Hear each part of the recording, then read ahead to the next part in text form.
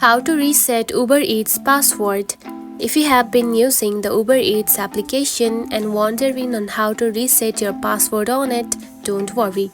In this video, I will show you how to do it, so let's get started. First of all, open the Uber application. Just like this. After opening it, you will find something like this on your home screen. Now to change your password, tap onto this shopping icon at the top, select it. Then here you can find account, just right here, tap on it.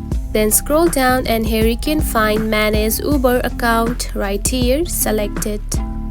Then here you can find security, right here, tap on it. Then here you can find your password, just right here, select it. Now to reset your password, simply tap on your new password, just like this, and confirm new password, just like this. So your password needs to be at least 8 characters and has 1 digit and 1 non-digit character.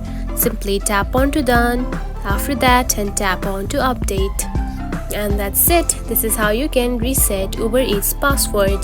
If you found this video helpful, don't forget to like and subscribe for more tips.